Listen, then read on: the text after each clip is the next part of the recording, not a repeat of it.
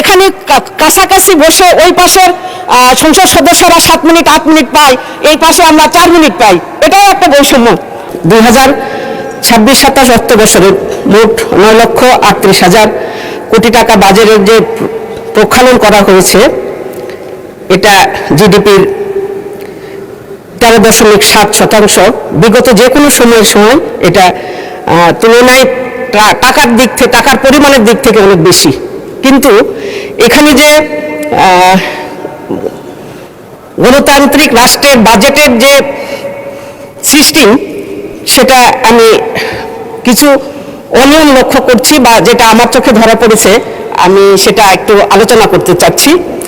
মাননীয় স্পিকার, গণতান্ত্রিক রাষ্ট্রের মৌলিক দায়িত্ব হলো বাজেট জনগণের সাথে যোগাযোগ করে দিবে, এবং এই বাজেট জনগণের যোগাযোগের মাধ্যমে জনগণকে জানিয়ে দিবে যে অতীতে কি ছিল, বর্তমানে কি আছে, এবং ভবিষ্যতে তাদের জন্য আমরা এই বাজেটের মাধ্যমে কি করতে চাচ্ছি। মাননীয় স্পিকার, 26-27 অর্থবর্ষের বাজেটের 10টি অগ্রাধিকার দেওয়া হয়েছে। সেই অগ্রাধিকার মধ্যে স্পষ্ট করা হয়নি যে কতটা কর্মসংস্থান সৃষ্টি হবে, কত বিনিয়োগ আসবে, কত সময়ের মধ্যে মূল্যস্ফীতি আসবে, কত নতুন করদাতা যুক্ত হবে, এবং কোন সূচকের মাধ্যমে সাফল্য পরিমাণ করা যাবে তা অস্পষ্ট। মাননীয় স্পিকার, বাজেটের মূল উদ্দেশ্য হচ্ছে জনগণকে বোঝানো বা স্পষ্ট করা যে তাদের করের টাকা কে খরচ করছে, কেন খরচ করছে, কারা খরচ করছে, কিভাবে করছে, এবং এর বিনিময়ে তারা কি পাবেন, জনগণ কি পাবেন, এটা স্পষ্ট করা দরকার। যেখানে আমরা বিগত ফ্যাসিস্ট সরকারের আমলে আমরা দেখেছি যে বাজেটে ঋণ খিলাপির উচ্চ হার, যেটা এখনো আমরা এই বাজেটে পরিলক্ষিত হয়েছে এবং যেটা আমরা দেখতে পাচ্ছি একই। 2 নম্বর, ব্যাংকিং খাতে আস্থার সংকট তৈরি। মাননীয় স্পিকার, যেটা এখন না বললেই নয় যে আসলে বাংলাদেশে এই ব্যাংকিং খাত অস্থিরতা শুরু হয়েছে, কেন জানি সেটা আর শেষই হতে চাচ্ছে না, বরং আরো নতুন করে উত্তর আরো বৃদ্ধি পাচ্ছে, যেখানে জনগণ বা গ্রাহকরা তাদের টাকা নিয়ে শঙ্কিত আছে। এরকম চলতে থাকলে কোনো এক সময় হয়তো বা জনগণ তাদের টাকা ব্যাংকে রাখতে আর উৎসাহিত হবে না বা রাখতে চাইবে না। দুর্নীতি নিয়ন্ত্রণে দুর্বলতা। মাননীয় স্পিকার, ফ্যাসিস্ট সরকারের সময় থেকে শুরু করে যাবৎ পর্যন্ত যে দুর্নীতি শুরু হয়েছে, তারপর থেকে এখনো পর্যন্ত যে দুর্নীতি চলছে, সেই দুর্নীতি নিয়ন্ত্রণ করার জন্য কোনো নিয়ম নীতি কিংবা কোনো আগ্রহ আমরা বর্তমান সরকারের সময় আমরা দেখতে পাচ্ছি না। এরপরে উন্নয়ন পরিকল্পনা বাস্তবায়নে অদক্ষতা।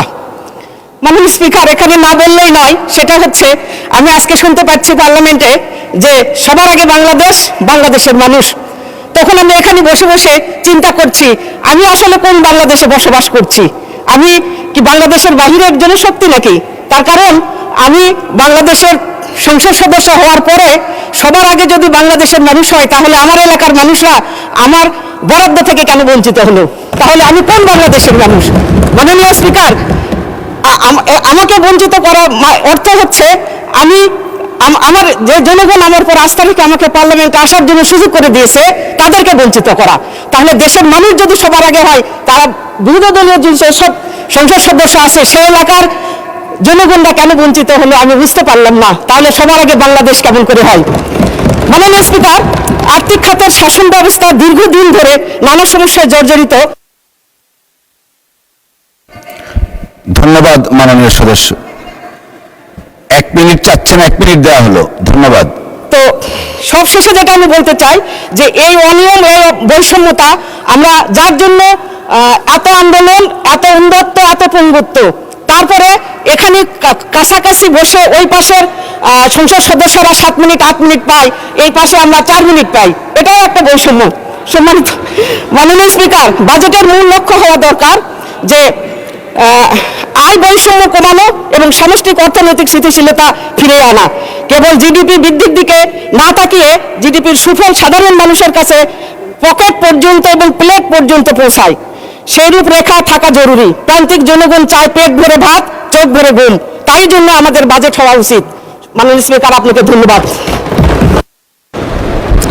মাননীয় সদস্য, আপনার জ্ঞাতার্থে বিনয়ের সাথে বলতে চাই, time allocation is not under our hand.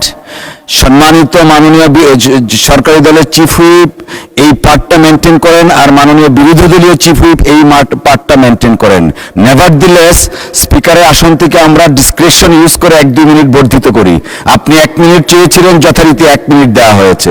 অসংখ্য ধন্যবাদ আপনাকে। নিফটি ফার্স্টের সাথে ট্রেড করুন যে কোনো জায়গা থেকে, ক্যাম্পাসে ক্লাসের ফাঁকে, ঢাকায় জ্যামে বসে কিংবা ঘরে বসে। ট্রেডিং এখন হাতের মুঠোয়, তাই ট্রেড করুন যখন খুশি, যেখানে খুশি।